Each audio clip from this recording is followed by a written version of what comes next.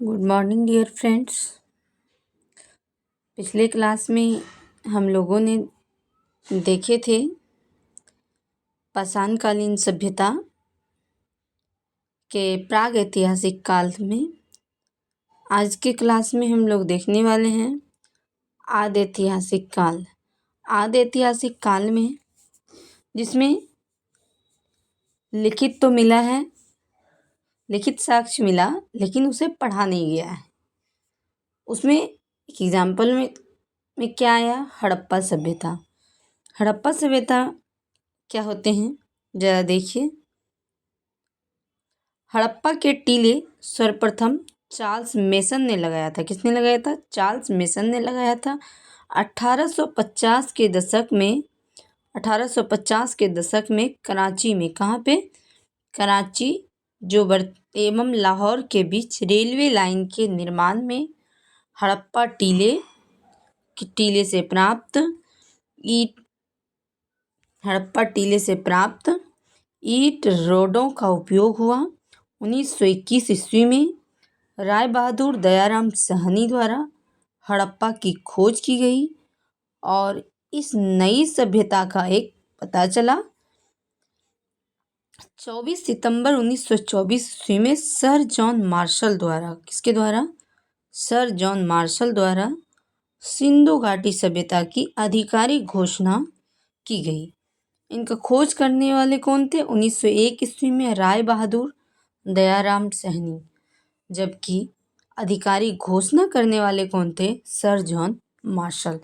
देखिए इनके नामकरण जो हुए हैं, नामकरण के आधार पे सिंधु घाटी की सभ्यता किसने? जॉन मार्शल के द्वारा किया गया। क्या क्या आधिकारिक रूप से किया? सिंधु सरस्वती सभ्यता और सरस्वती सभ्यता, इसे किस किस नाम से जाना जाता है? सिंधु सरस्वती सभ्यता अथवा सरस्वती सभ्यता के नाम से भी जाना जाता है। क्यों? क्योंकि अधिकांश बस्तियां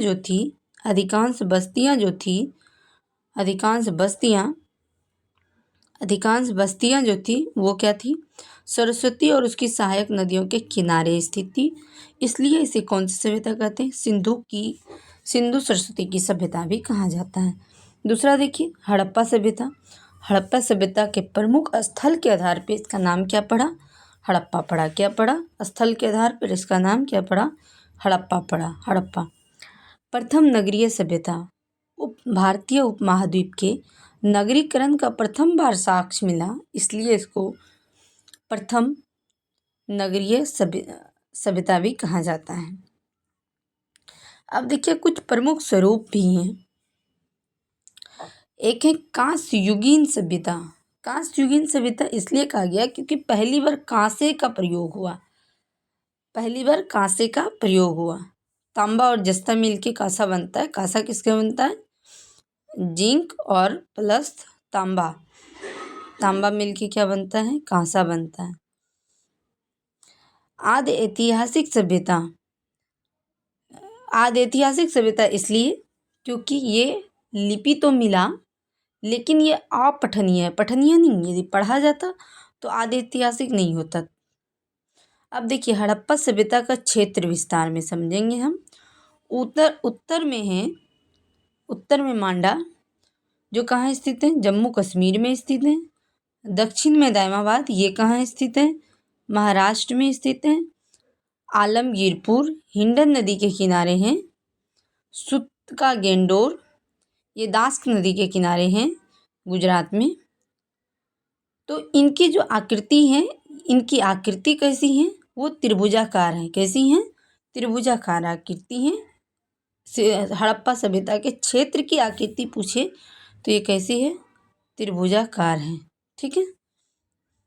अब देखिए भारत में जम्मू कश्मीर में है हड़प्पा सभ्यता, पंजाब में है, हरियाणा, राजस्थान, उत्तर प्रदेश और महाराष्ट्र में।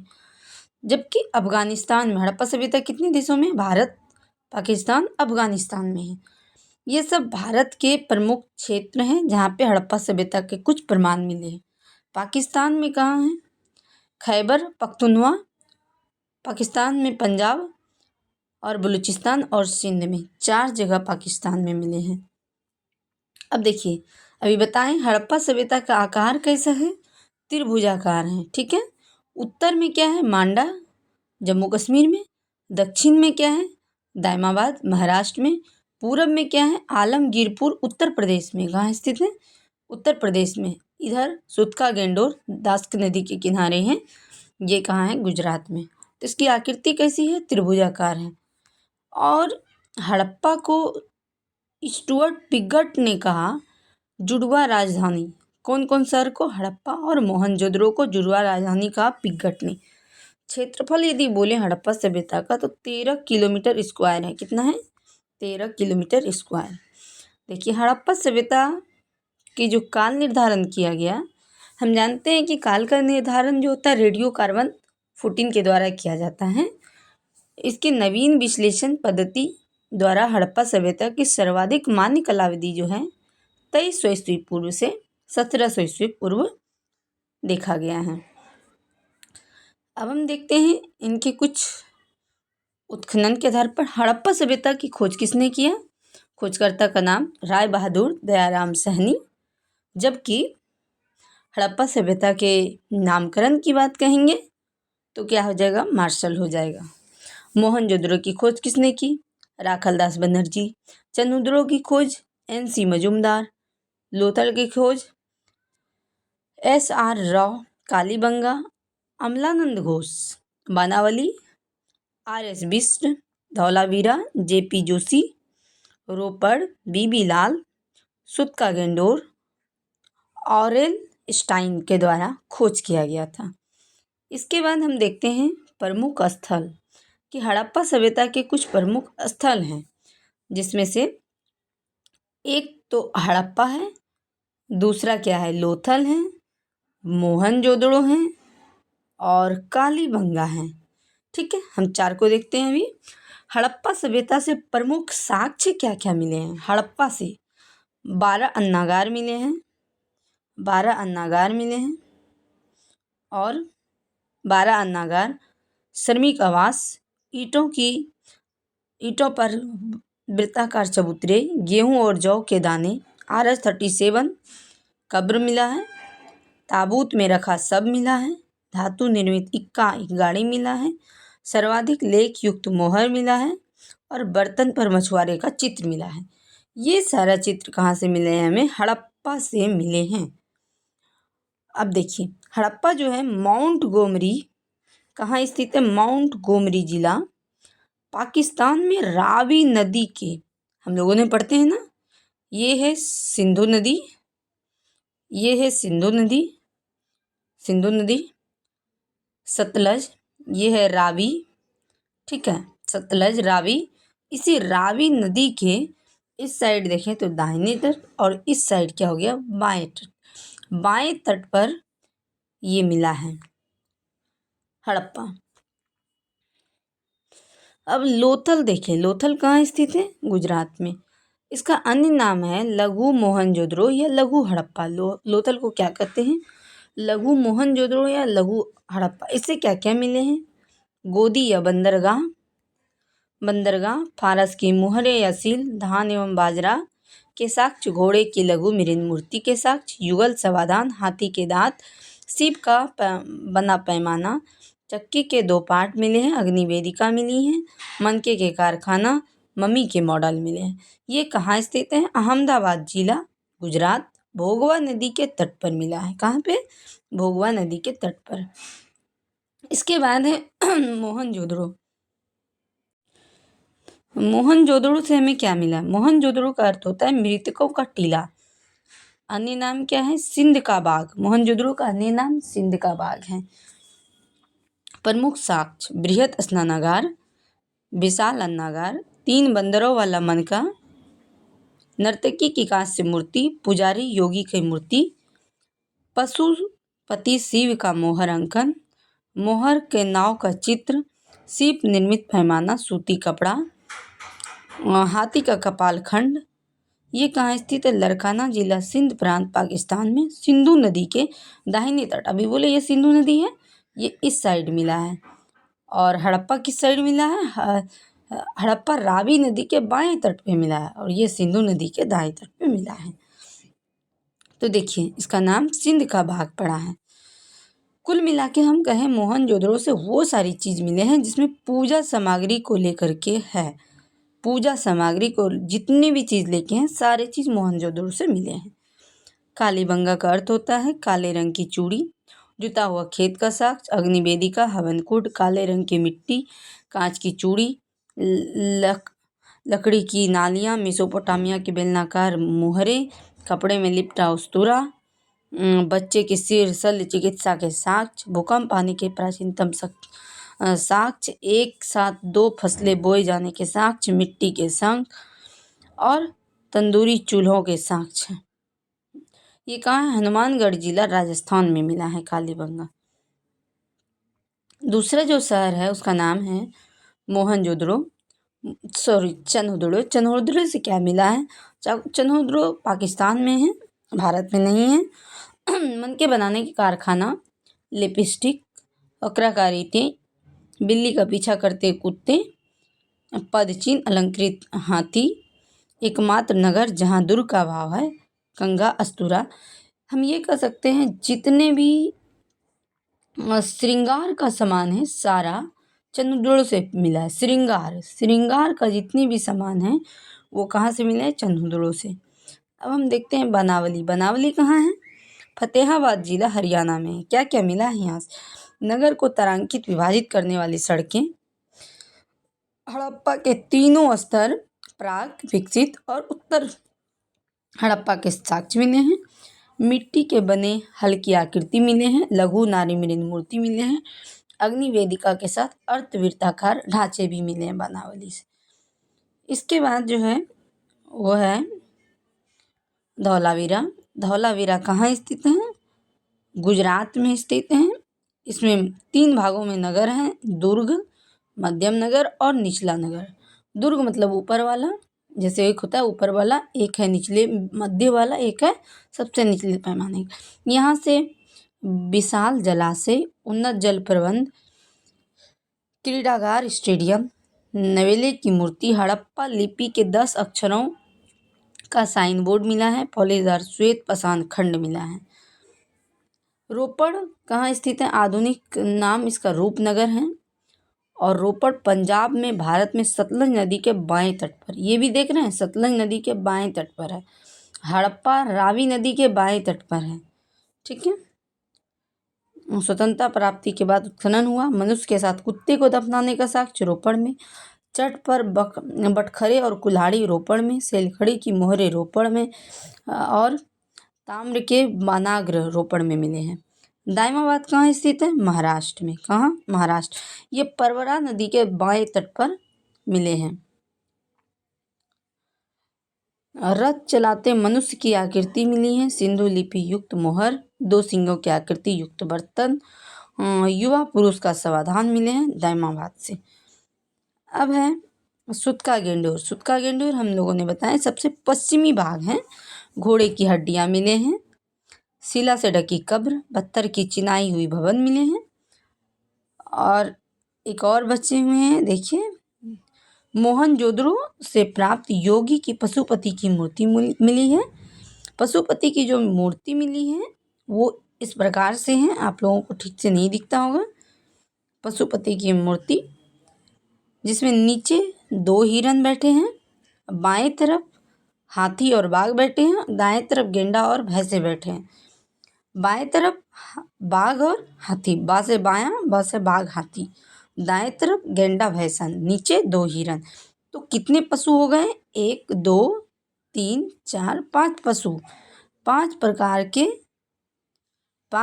के पशु। और कितने पशु हैं? 2 इधर, 2 नीचे, 2 ऊपर। 5 प्रकार के 6 पशु। शिव का आदि रूप जॉन मार्शल का कथन है। देखिए परीक्षा की दृष्टि से कपास की खेती का आरंभ सैंधव निवासियों ने किया। हड़प्पा सभ्यता में क्रय विक्रय वस्तु विनिमय द्वारा किया जाता था। वस्तु विनिमय का मतलब हुआ कुछ सामान उसको दे दिए और कुछ सामान हम ले लिए। सर्वाधिक मृद मूर्तियाँ पशु पक्षियों से प्राप्त होती हैं। सर्वाधिक मोहरे सेलखड़ी से निर्मित हैं। मोहरों पर सर्वाधिक अंकन एक श्रृंगी पशु तथा उसके बाद कुबड़ वाले बैल का है। इस काल का प्रमुख खेल पासा है। क्या है? पासा है। सैंधव निवासियों को लोहे का ज्ञान नहीं था। किसका नहीं था? लोहे का ज्ञान नहीं था, किंतु सोना, चांदी, तांबा, कांसा इन सब की जानकारी थी। हड़प्पा सभ्यता का शेर का अवशेष नहीं मिला है। हड़प्पा सभ्यता में घोड़े और गाय का भी चित्र नहीं मिला है। देखिए, सनोली से महत्वपूर्ण तत्व, सनोली से 126 समाधान के साक्ष्य मिले हैं। बालाकोट से सीप निर्मित चूड़ियों के टुकड़े, मांडा से कांस्य निर्मित पेचदार फीत, नासौर से स्त्रियों के मांग के सिंदूर मिले हैं। नासौर से हड़प्पा से स्त्री के गर्भ से निकलता पौधा, रंगपुर से धान की भूसी और हुलास से सैंधव लिपि युक्त एक ठप्पा मिला है। अब हम देखिए 5 प्रकार के पशु थे, लेकिन 6 पशु थे। बाएं साइड बाघ थे, नीचे हिरन थे और इधर क्या थे? गैंडा और भैंसा थे। हड़प्पा सभ्यता से देखिए मनके मिले हैं। मनके कहाँ से मिले हैं? मनके अधिकांश बेलनाकार होते हैं। मनके जो थे किस तरह से थे? बेलनाकार थे मनके। चंद्रों लोथल में स्थित थे ज़्यादातर मनके। मापतौल में 16 के गुणक होते थे। गुणक का मतलब 16 से गुना करने वाले होते थे। अधिकांश बाट घनाकार बाट होते थे। अब देखिए लिपि जो थी, लिपि भाव चित्रात्मक मतलब भावना से व्यक्त किया हुआ, ज़्यादातर उसमें यू का वर्णन था। किसका था? यू का, ऐसे करके वर्णन था। दाईं से बाईं ओर लिखी जाने वाली, दाईं से बाईं ऐसी लिखी जाने वाली लिपि थी। 400 से 500 संकेत चिन्ह प्राप्त हुए थे इससे। हड़प्पा से जो मोहर मिले हैं, देखिए मोहर में क्या था? वर्गाकार था और आयताकार था। लोथल से देसलपुर तांबे के मोहर मिले हैं। मृदभांड में गुलाबी और लाल रंग मिले हैं। काली रेखाओं के चित्रित मिले हैं। कला में मृद मूर्ति चित्रकूटी विधि के से निर्मित थे और धातु मूर्ति जो थे मधुचिट विधि द्वारा निर्मित। हड़प्पा से 3 प्राप्त प्रस्तर मूर्तियां और मोहनजोदड़ो से 12। हड़प्पा से कितनी मूर्तियां प्राप्त हुए हैं? 3। और मोहनजोदड़ो से कितने हुए हैं? 12 हुए हैं। तो देखें हम लोगों ने कि मनके जो मिला है वो बेलनाकार मिला है। मनके क्या मिला है? बेलनाकार मिला है। लेकिन मोहर जो मिला है वर्गाकार और आयताकार मिला है। कोई दिक्कत? आप देखिए हड़प्पा सभ्यता के पतन कैसे हो गया? हड़प्पा सभ्यता के पतन के कारण को लेकर अधिकांश विद्वानों में मतभेद था। कुछ और कहते हैं, कुछ विद्वान कहते हैं कि ये बाह्य आक्रमण थे। बाह्य आक्रमण करने वाले गार्डन चाइल्ड थे, मार्टिमर व्हीलर थे, अर्नेस्ट मैक थे, स्टुअर्ट पिगट थे। जबकि हड़प्पा सभ्यता के पतन में बाढ़ का कारण कहने वाले मार्शल, अर्नेस्ट मैक और SR राव थे। नदी मार्ग का परिवर्तन कहने वाले HT लैम्ब्रिक, माधव स्वरूप वत्स, जॉर्ज F टेल्स थे। विवर्तनिक कारण SR Sahni, RS Raikes, George F Dales. जलवायु परिवर्तन कहने वाले अरेंटाइन, ऑरेल स्टाइन, अमलानंद घोष, गुरदीप सिंह कहने वाले।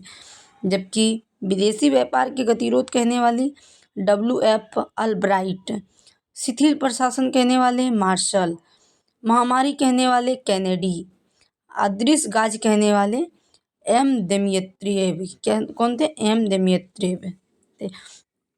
तो अभी तक में हम लोगों ने देखे कि आधैतिहासिक काल हम लोगों ने पढ़ लिए जिसमें लिखित संविधान मिला, लेकिन उसको पढ़ा नहीं गया। अब जो हम लोग देखने वाले हैं, देखिए ये लिखित तो नहीं होगा, ये लिखित भी होगा। आधैतिहासिक काल क्या था? देखे थे हम लोगों ने, पढ़े भी थे। पुरातात्विक स्रोत और साहित्यिक स्रोत, ठीक है।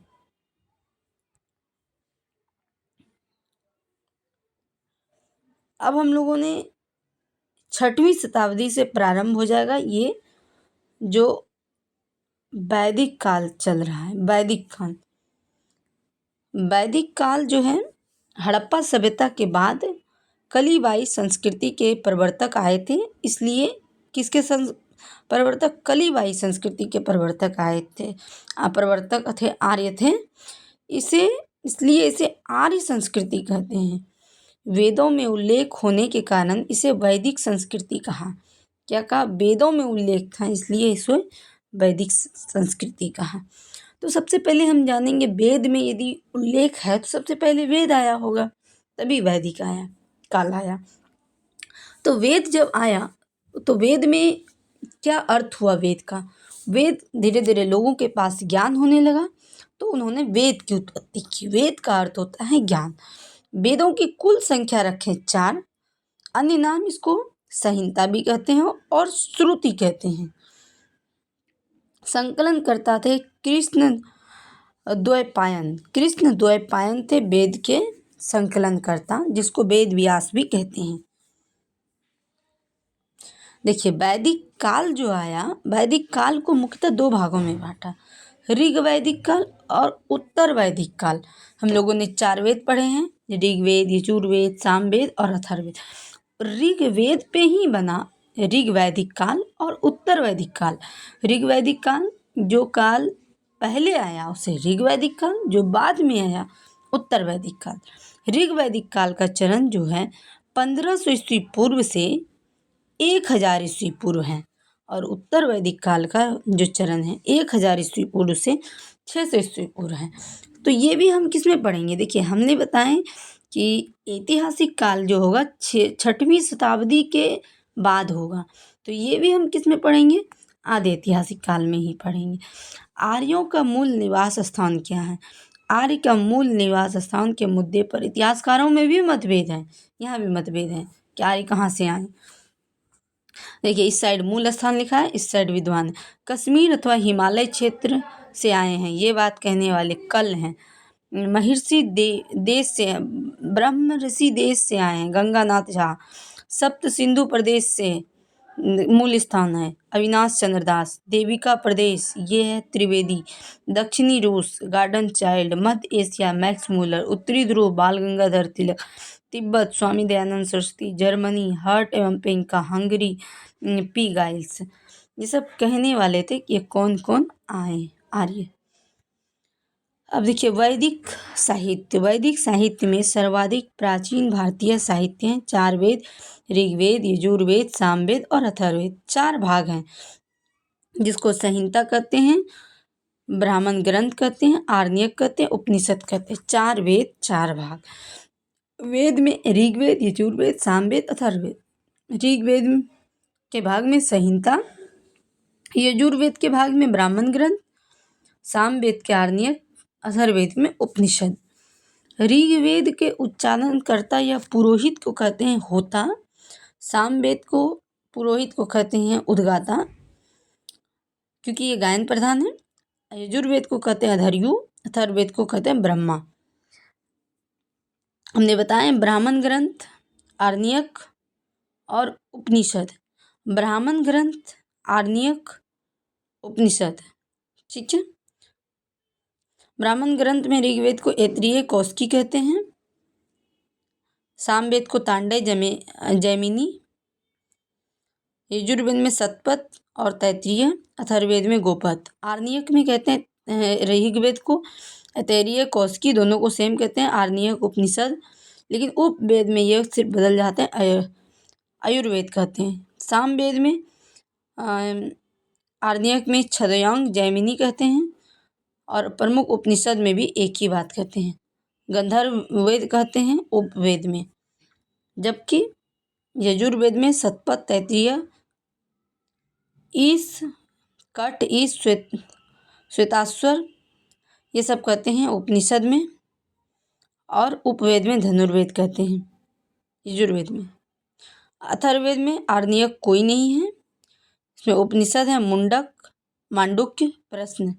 अथर्ववेद में उपवेद है अर्थशास्त्र। देखिए अब हम लोगों ने ऋग्वेद के परिचय में देखते हैं। वैदिक साहित्य के प्राचीनतम ग्रंथ हैं। स्रोत एवं प्रार्थनाओं का संकलन है। इसमें 10 मंडल, 228 सूक्त, और 10,552 मंत्र या ऋचाएँ हैं।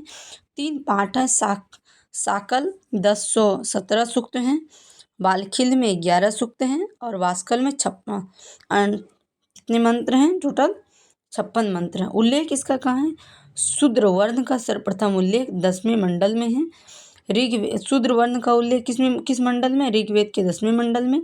तीसरे मंडल में गायत्री मंत्र का उल्लेख है, जिसके रचनाकार विश्वामित्र हैं। 9वें मंडल में सोम को समर्पित है।